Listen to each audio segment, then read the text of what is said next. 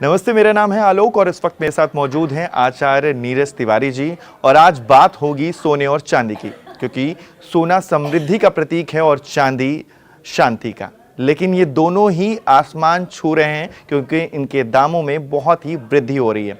ज्योतिष शास्त्र क्या करता है नीरज जी कि सोने चांदी का जब भी ऐसा बढ़ाव आता है तो ज्योतिष शास्त्र क्या कहता है, ये क्यों होता है? देखिए, ऐसा है कि जो सोना होता है वो सूर्य ग्रह पर आधारित होता है और जो चांदी होती है चंद्रमा ग्रह पर आधारित होती है। तो जब देश में सूर्य बल अत्यधिक बढ़ जाता है और चंद्र बल अत्यधिक बढ़ जाता है तो सोने चांदी के दाम में ऑटोमेटिक ही उछाल आ जाते हैं। देखिए, ऐसा है कि सूर्य, सबसे बड़ी बात बताएं कि सूर्य नेतृत्व देता है, सूर्य नेतृत्व देता है और हर जगह आजकल युद्ध चल रहा है अपने देश के आसपास। तो नेतृत्व के कारण जो है सोने चांदी के रेट में अतुलनीय उछाल देखने को मिलते हैं। तो मतलब एक ग्रह नक्षत्र के कारण ही जो सोने चांदी के दाम है वो बढ़ रहे हैं। बिल्कुल कहा जाए तो ऐसा मान सकते हैं। सोना और चांदी को, मतलब जैसे मैंने कहा कि सोना को हम समृद्धि का प्रतीक कहते हैं, चांदी को बड़ी शांति का प्रतीक कहते हैं, तो ये किन ग्रहों से जुड़े हुए लोग हैं? देखिए, विशेष तौर पर सोना सूर्य के लिए देखा जाता है या फिर गुरु के लिए, और कहीं न कहीं राहु से भी संबंधित है सोना। तो ये तीन ग्रह यदि खराब है या कमजोर हैं तो सोना धारण करना चाहिए। और जैसे आपने चांदी की बात कही तो चांदी विशेष तौर पर जो है चंद्रमा को रिप्रेजेंट करता है और कहीं न कहीं शुक्र ग्रह को भी मजबूत करता है। तो ये जिनका शुक्र और चंद्रमा कमजोर है तो चांदी का इस्तेमाल कर सकते हैं, धारण कर सकते हैं। मतलब कैसे धारण करना चाहिए? क्योंकि देखिए, कुछ उंगलियों में धारण करते हैं, कुछ गले में, क्योंकि 16 श्रृंगार का भी एक पार्ट है सोना और चांदी। पार्ट तो नहीं, मतलब मेजरली लोग इस्तेमाल करते हैं इन्हें।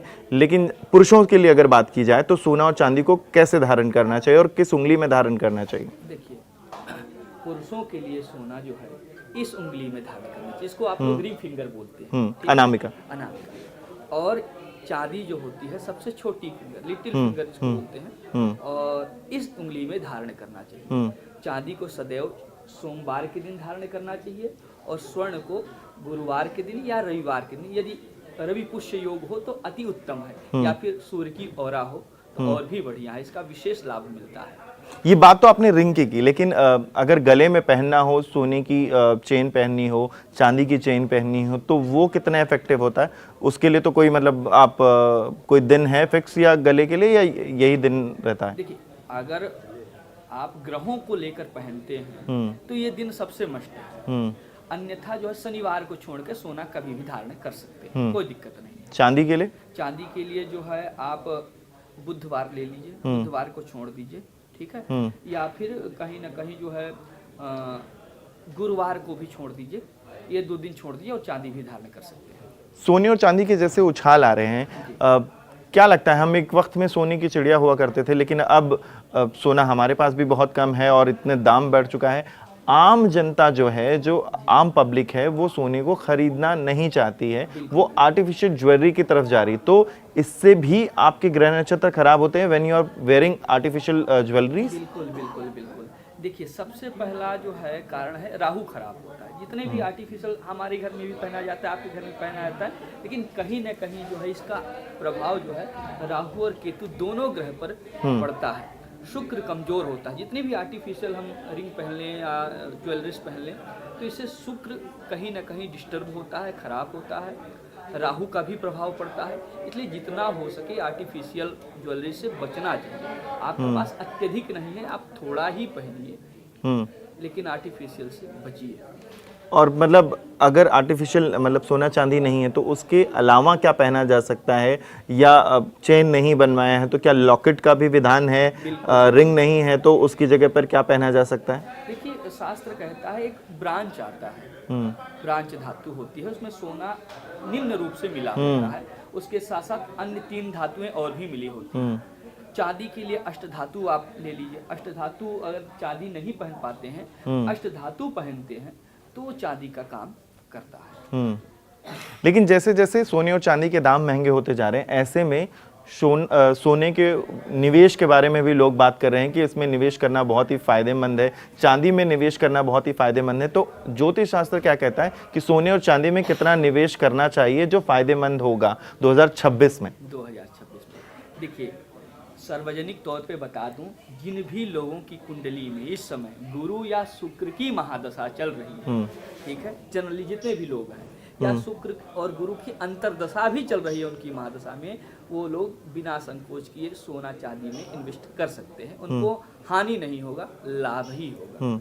आपके हिसाब से कौन सी राशि है जिनको सोने और चांदी में 2026 में इन्वेस्ट करना चाहिए? ऐसी कोई राशि है? वैसे भी 2026 गुरु का साल होने वाला है, जैसे 2025 मंगल का साल था, उसी प्रकार 2026 गुरु का साल है। और धनु राशि वालों को जरूर इन्वेस्ट करना चाहिए। हो गए सिंह राशि हो गए, इनको भी करना चाहिए। वृषभ राशि वाले हो गए, इन 3 राशि वालों को स्वर्ण खरीद सकते हैं, लाभ ही मिलेगा, इन्वेस्ट करना चाहिए। जब बात निवेश की आती है तो क्रिप्टो करेंसी जो है वो बहुत ट्रेंड करने लगी है, मतलब लोग अब ज़्यादातर क्रिप्टो में इन्वेस्ट कर रहे हैं। तो क्या क्रिप्टो करेंसी सोने और चांदी को भी मात दे पाएगी एक वक्त में? बिल्कुल, आने वाले समय में ये कृत्रिम है, कृत्रिम धन बोला जाता है। तो आने वाले समय में ये क्रिप्टो बहुत उछाल मारने वाली है। सोना चांदी तो अभी एक समय के बाद स्थिर हो जाएगा, लेकिन क्रिप्टो दर पर दर बढ़ती ही जाएगी। और जिनका राहु अच्छा है ना, जिनका राहु हो गया, शुक्र हो गया, ये 2 ग्रह, बुध हो गया, ये 3 ग्रह अच्छे हैं, उनके लिए तो ये विशेष लाभ देने वाला है ये AI क्रिप्टो। लेकिन एक चीज है, कहा जाता है कि सोना जब गुम जाए तो बड़ा ही अशुभ माना जाता है, तो चांदी के साथ भी ऐसा कुछ इफेक्ट है या सिर्फ सोने के साथ ही है? देखिए, ऐसा है कि किसी का कोई भी चीज गुम जाए वो तो सबके लिए हानि होता ही होता है। हाँ। लेकिन सोना, देखिए, जितना शुभ जो चीज है उतना अशुभ भी है। यदि सोना को सबसे शुभ माना जाता है, देखिए सोना प्रतिष्ठा का प्रतीक है, क्योंकि सोना सूर्य ग्रह से संबंधित है और सूर्य नेतृत्व को देता है, लीडरशिप को देता है, आत्मबल को बढ़ाता है, सम्मान को बढ़ाता है। तो यदि सोना गिर गया तो कहीं खो गया तो कहीं न कहीं व्यक्ति का सम्मान भी हो जाता है, आत्मबल भी डाउन हो जाता है, इसीलिए दोष माना जाता है। बात तो आपने निवेश की भी कर ली, लेकिन एक चीज़ मुझे और भी जाननी थी, क्योंकि बहुत सारे हम कहते हैं कि धातुएं हैं, कहते हैं कि डायमंड पहनना चाहिए, मोती पहनना चाहिए, लेकिन सोने और चांदी को कोई स्पेसिफिक राशियां हैं जिनको पहनना बहुत ज़रूरी है कि आपको पहनना ही चाहिए? देखिए, ऐसा है कि सोना चांदी तो सार्वजनिक सभी को धारण करना ही चाहिए। विशेष तौर पर शास्त्र कहता है कि व्यक्ति को सोना अपने शरीर में कहीं न कहीं धारण करना चाहिए, क्योंकि सोना धारण करने से व्यक्ति पवित्र रहता है। आप देखते हैं किसी भी पूजा पाठ में पवित्री धारण कराई जाती है। सबसे पहले उत्तम माना जाता है सोने की अंगूठी। यदि सोने की अंगूठी नहीं है तो फिर पवित्री पहनाई जाती है। तो व्यक्ति को सोना धारण करने से व्यक्ति का शरीर पवित्र रहता है, अशुद्ध नहीं होता। रह गई किसको किसको धारण करनी चाहिए, तो देखिए, सिंह राशि हो गए, ठीक है, धनु राशि हो गए, मकर राशि हो गए, कुंभ राशि हो गए, इन लोगों को जो है सोना यदि धारण करते हैं तो इनको विशेष लाभ मिलता है। मैं अभी भी बता रहा हूँ, प्रत्येक व्यक्ति को सोना धारण करना चाहिए, चाहे छोटा सा ही सोना धारण करना, लेकिन यदि नहीं कर पाते तो ये 4 राशि तो विशेष रूप से सोना धारण करें ही करें। बिल्कुल बिल्कुल। अच्छा, इसके साथ साथ में कुछ इफेक्ट और भी होंगे 2026 में सोने के राशि, मतलब जो निवेश है उसमें बदलाव होंगे या पैसे में कुछ बदलाव होंगे? कुछ कम आएगा सोने का प्राइस या ऐसे ही बढ़ता चला जाएगा? देखिए, ज्योतिष शास्त्र के अनुसार अक्टूबर के महीने तक स्वर्ण और चांदी ये दोनों का रेट हाई होगा, बढ़ेगा ही बढ़ेगा। अक्टूबर 2026 के बाद धीरे धीरे जो है अपने लेवल पे आ जाएगा, रुक जाएगा, अत्यधिक नहीं। जिस प्रकार 2025 में उछाल मारा है, आज 10,000 है तो कल 20,000 हो गया है, उस प्रकार अक्टूबर के बाद से ऐसा नहीं। और हम लोग फिर से सोने की चिड़िया कब कहलाएंगे? संभवतः ठाकुर जी की कृपा से वो दिन दूर नहीं है।